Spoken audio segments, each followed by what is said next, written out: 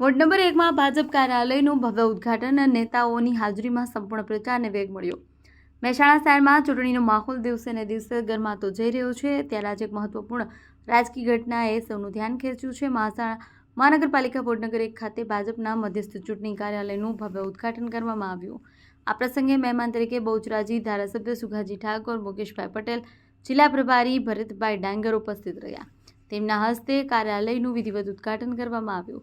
કાર્યક્રમ દરમિયાન ઉપસ્થિત મહેમાનો અને આગેવાનોનું ફુલાર પહેરાવી અને તાળીઓના ગડગડાટ વચ્ચે હાર્દિક સ્વાગત કરવામાં આવ્યું। સમગ્ર વાતાવરણ ઉત્સાહ અને ઉમંગથી છલકાતું જોવા મળ્યું હતું। આ પ્રસંગે વોર્ડ નંબર 1ના ભાજપના ઉમેદવારો, કાર્યકરો, મોટી સંખ્યામાં સ્થાનિક નાગરિકો ઉપસ્થિત રહ્યા હતા। કાર્યાલયના ઉદ્ઘાટન સાથે જ ભાજપના ચૂંટણી પ્રચારને વધુ ગતિ મળી છે અને કાર્યકરોમાં નવી ઉર્જાનો સંચાર થયો છે। સ્થાનિક આગેવાનોના જણાવ્યા અનુસાર આ કાર્યાલય આગામી દિવસોમાં ચૂંટણી પ્રચારનું મુખ્ય કેન્દ્ર બનશે અને મતદારો સુધી વિકાસના સંદેશને પહોંચાડવામાં મહત્વપૂર્ણ ભૂમિકા ભજવશે। વોર્ડ નંબર 1ના કાર્યાલય ઉદ્ઘાટન સમયે મારા સાથી મિત્ર મહેસાણાના ધારાસભ્ય શ્રી મુકેશભાઈ પટેલ સાહેબ, આપણા મહામંત્રી જિલ્લાના શાહ સાહેબ, અહીંયા સ્ટેજ ઉપર બિરાજમાન મહાનુભાવો સાથે 4 ઉમેદવાર પૂનમબેન, ભાવનાબેન, ભગવતસિંહ અને નીરવભાઈ, મિત્રો હજુ એક આગળ ગામડાઓમાં સભા માટે જવું છે, એટલે આપની વચ્ચેથી 2 મિનિટ વાત કરીને અને આગળ નીકળવું છે। ખાસ તો ટિકિટ જેને જેને માગી એ બધા જ કાર્યકરો સક્ષમ હતા, જીતી શકે હતા, પણ ક્યાંય જ્ઞાતિ સમીકરણ, ક્યાંય વિસ્તાર સમીકરણ, સમાજ 7 હોય, 12 હોય, 73 હોય, આ બધી ગણતરી કરી અને આપની સમક્ષ ભારતીય જનતા પાર્ટીએ ઉમેદવારો આપ્યા છે। એ આપની વચ્ચેથી આવ્યા છે, એટલે એમને બહુમતીથી જીતાડજો। ખાસ મારી વિનંતી, ભાવનાબેન ને ભગવતસિંહ બિનહરીફ થઈ ગયા છે, એ નહોતું કરવું મારી દ્રષ્ટિએ, બરાબર, મારી દ્રષ્ટિએ નહોતું કરવાનું। એટલે તમે જ્યાં સુધી, બંનેને વાત કરું છું, વિનંતી કરું છું કે જ્યાં સુધી મતદાન પૂર્ણ ના થાય ત્યાં સુધી તમે ઘરે ના બેસતા, આટલી મારી વિનંતી છે। કેમ કે આપ તો જીતી ગયા, પણ તમારી સાથી મિત્રો જે છે એમને તમારી જીતાડવા પડશે, અને જો તમારી પેનલ તૂટશે તો શાહ સાહેબ જિલ્લામાં મહામંત્રી બેઠા છે, એટલે તમને ક્યાંય પદમાં પહેવા નહીં દે। પેનલ જીતશે તો જ એ વિચારણા કરશે, બાકી એક આદુ કોઈ ખડ્યું તો તમને ક્યાંય સમિતિ મૂકવાના, પ્રમુખની વાત હોય ત્યાં તમને એ લોકો મૂકતા પહેલાં વિચાર કરશે। એટલે ભરતભાઈ સાહેબ, અમે એક નગરપાલિકા નવી બેચરાજી ત્યાં એક મિટિંગ હતી, કાર્યાલય ઉદ્ઘાટન હતું, ત્યાં કાર્યક્રમ કરીને 4 નંબર વોર્ડમાં જઈને અને આવ્યો છું। એટલે હવે હજુ એક મામૂસણા એક ઇમરજન્સી મિટિંગ ચાલુ જ છે, અમે રોકાઈ છે, એટલે અમે આવીએ છીએ, એટલે હાજરી આપવા માટે ત્યાં જવું પડ્યું છે। આપ સૌને મારી વિનંતી કે આ ઉમેદવારોને વધારે વોટથી આપ જીતાડજો એવી અપેક્ષા સાથે ભારત માતા કી જય। અને બંને ઉમેદવાર બિનહરીફ થયા છે, એમને પણ કહું છું વધારે એ ઉમેદવારો ટાઈમ આપે એના કરતાં તમારે વધારે ટાઈમ આપજો એવી મારી નમ્ર વિનંતી। અસ્તુ, હું આપની વચ્ચેથી આગળ કાર્યક્રમ અને ચૂંટણીનું મતદાન થાય, ચૂંટણીનું પરિણામ જાહેર થાય એના પહેલા આ મહાનગરપાલિકાએ એક ઇતિહાસ સર્જી દીધો છે। ભૂતકાળની અંદર જ્યારે નગરપાલિકા અસ્તિત્વમાં હતી ત્યારે મેં કોઈ દિવસ નગરપાલિકાના સદસ્ય તરીકે કોઈ બિનહરીફ ચૂંટાઈને આવ્યું હોય એવું સાંભળ્યું નથી, પરંતુ આજે પ્રથમ વખત જ્યારે મહાનગરપાલિકાની ચૂંટણી યોજાવા જઈ રહી છે ત્યારે મહેસાણા શહેરમાંથી 5 ઉમેદવારો ભારતીય જનતા પાર્ટીના બિનહરીફ જાહેર થયા છે. ખરેખર આનંદ અને ઉમંગનું આ વાતાવરણ એમણે સર્જ્યું છે. એ ગૌરવ લેવા જેવી બાબત છે. કારણ આ પબ્લિકનો વિશ્વાસ એમણે જીત્યો છે. ભારતીય જનતા પાર્ટીના દરેકે દરેક ઉમેદવાર એ પબ્લિકની વચ્ચે જઈ, પબ્લિકની વચ્ચે રહી, જનસેવા એ પ્રભુ સેવાના માધ્યમથી હર હંમેશા કામ કરતા આવ્યા છે. અને એના જ કારણે આજે આપણે જોઈએ છીએ કે મહેસાણા મહાનગરપાલિકાના 5 સદસ્યો એ બિનહરીફ ચૂંટાઈ આવ્યા છે.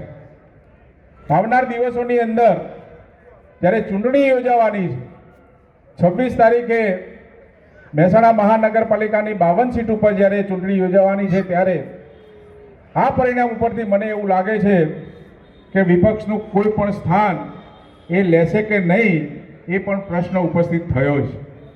52 સીટ કદાચ ભારતીય જનતા પાર્ટીના ફાળે જાય એવું વાતાવરણ અતત્ર સર્વત્ર ભારતીય જનતા પાર્ટીના ઉમેદવારો પ્રસ્થાપિત કર્યું છે.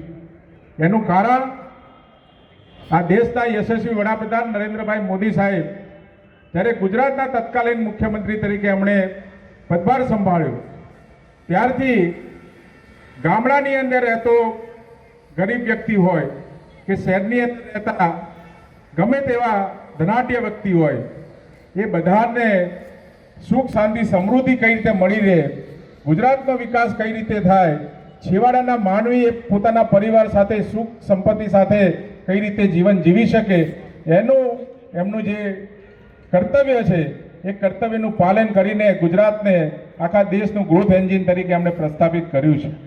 આપણે જોઈએ છીએ કે 2014 પછી જ્યારે એમણે દેશનું સુકાન સંભાળ્યું ત્યારે 2014 પહેલાંની આ દેશની પરિસ્થિતિ હતી, એનો બદલાવ આપણે જોઈ રહ્યા છીએ.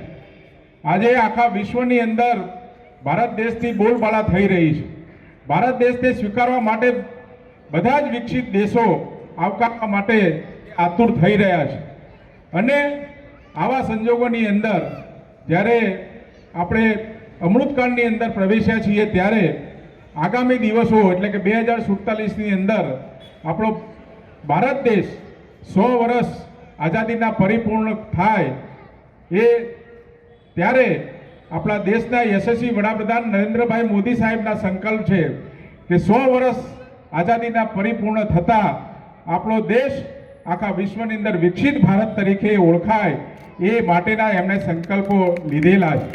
અને એ સંકલ્પોને પરિપૂર્ણ કરવા માટે આ મહાનગરપાલિકાના જે પણ સદસ્યો ભારતીય જનતા પાર્ટીના ઉમેદવારો અહીંયા ઉમેદવારી કરી છે એમને આપણે જંગી બહુમતીથી જીતાડીને આખા ગુજરાતની અંદર એ 52 સીટ આપણે આપણા મૃદુ અને મક્કમ મુખ્યમંત્રી માનનીય શ્રી ભૂપેન્દ્રભાઈ પટેલના ચરણોમાં ધરીએ એ જ હું અભ્યર્થના આપની જોડે વ્યક્ત કરું છું, વિનંતી કરું છું. સાથે સાથે મહેસાણા નગરપાલિકામાંથી મહાનગરપાલિકા થઈ ત્યારે તમે જોયું હશે કે હમણાં જ આપણું બજેટ એ જ્યારે રજૂ થયું છે ત્યારે 1000 કરોડ રૂપિયાનું બજેટ આ મહેસાણા મહાનગરપાલિકાનું આગામી 26-27નું બજેટ આપણે જોયું છે. આગામી દિવસોની અંદર તમે કલ્પના ના કરી હોય એવા વિકાસના કામો આ આપણા મહેસાણા શહેરની અંદર થવા જઈ રહ્યા છે. ઓજી વિસ્તારની જે સમસ્યાઓ હતી, હું જાણું છું કે હું મુકુંદભાઈ, રોહિતભાઈ આ બધા મહેસાણા નગરપાલિકાના જ્યારે સદસ્યો હતા ત્યારે યોજી વિસ્તારનો જે ઝડપભેર વિકાસ થતો અને એમની પાયાની સુવિધાઓ પીવાના પાણીની હોય, ગટરની હોય એ માથાના દુખા સમાન હતી. પરંતુ હવે જ્યારે મહાનગરપાલિકા આપણે બની છે ત્યારે તમને જણાવતા મને આનંદ થાય છે કે 391 કરોડ રૂપિયાનો ડ્રેનેજ પ્રોજેક્ટ સરકારની અંદર મંજૂરી અર્થે આપણે મૂક્યો છે. સાથે સાથે પીવાના શુદ્ધ પાણી માટે આવનાર દિવસોની અંદર 2040 સુધી જે જરૂરિયાત છે નર્મદાના પાણીની, અત્યારે હાલ 57 MLD એટલે કે 40 MLD આપણે નર્મદાનું પાણી અને બાકીનું 17 MLD એ જે આપણા બોર્ડ છે, બોર્ડના માધ્યમથી આપણે પૂરું પાડીએ છીએ. પરંતુ એની અંદર પણ જ્યારે મેં દરખાસ્ત કરી, મેં સરકારની અંદર માગણી કરી કે જ્યારે મહાનગરપાલિકાનું આ વિસ્તાર ખૂબ જ ઝડપભેર વિકાસ થઈ રહ્યો હોય અને આજુબાજુના ગામડાને પણ ભળ્યા હોય, ત્યારે પાણીની જે જથ્થો છે એ જથ્થો હમણાં જ એટલે કે ગયા અઠવાડિયાની અંદર એ મંજૂર થયો છે અને 97 MLD એટલે કે તમે જુઓ કે 2040 સુધીની આપણી જનસંખ્યા જે થવાની છે એના સંદર્ભની અંદર સરકારે 97 MLD નર્મદાનો પાણીનો જથ્થો એમણે મંજૂર કરી દીધો છે. સાથે સાથે નાગલપુર વિસ્તારની અંદર 50 MLDનો એક સમ, 50 લાખ લીટરનો સમ અને મોઢેરાથી નાગલપુર સુધી જે આ સંપનું બાંધકામ થઈ રહ્યું છે, જે ચાલુ છે, એની અંદર સ્પેશિયલ એક પ્રોજેક્ટ સરકારની અંદર આપણે હવે આગામી દિવસોની અંદર જે મંજૂર થવા જઈ રહ્યો છે. મહેસાણાના જે અત્યારે હાલ દિદ્યાસણ હેડવર્ક્સથી આપણને પાણી જે મળે છે એની જગ્યાએ મોઢેરા જે મેઇન કેનાલ જાય છે એ કેનાલ ઉપર આપણું મહેસાણા મહાનગરપાલિકાનું પોતાનું હેડવર્ક્સ બને અને તેના દ્વારા પાઇપ દ્વારા આપણા બંને સંપની અંદર પાણી પુરવઠો એ મળવા જઈ રહ્યો છે અને એના માટેનો લગભગ 213 કરોડનો પ્રોજેક્ટ પણ સરકારની અંદર મંજૂર થઈ ગયો છે. આગામી દિવસોની અંદર આ પણ પ્રોજેક્ટ લગભગ મંજૂર થઈ જશે. એટલે ઓજી વિસ્તારના જે પાયાના પ્રશ્નો છે એ પાયાના પ્રશ્નો પણ એ સમાપ્ત થવા જઈ રહ્યા છે. એટલે સાથે સાથે અહીંયા ટાઈમ થઈ ગયો છે, ભરતભાઈને સાંભળવાના છે. અહીંયા આપણા જે પણ ઉમેદવાર છે, 2 ઉમેદવાર બિનહરીફ જાહેર થયા છે, પરંતુ આપણે એવું નહીં માનવું જોઈએ કે 2 ઉમેદવાર બિનહરીફ જાહેર થઈ ગયા છે એટલે મત આપવા ના જઈએ તો ચાલે, પરંતુ હજુ આપણા બીજા 2 ઉમેદવારને ચૂંટણીને મોકલવાના છે. એટલે અહીંયા બેઠેલા તમામ નાગરિકોને વિનંતી કરું છું કે આપનો કિંમતી અને પવિત્ર મત 26 તારીખે બધા જ કામ પડતા મૂકી પહેલાં સવારે આપણે મતદાન કરીએ, પછી જલપાન અને આપણા 4 ઉમેદવારને ભવ્ય જંગી બહુમતીથી જીતાડી આપણા મહાનગરપાલિકાની અંદર બીજેપીનું આપણે શાસન પ્રસ્થાપિત કરીએ. એ જ અભ્યર્થના. ભારત માતા કી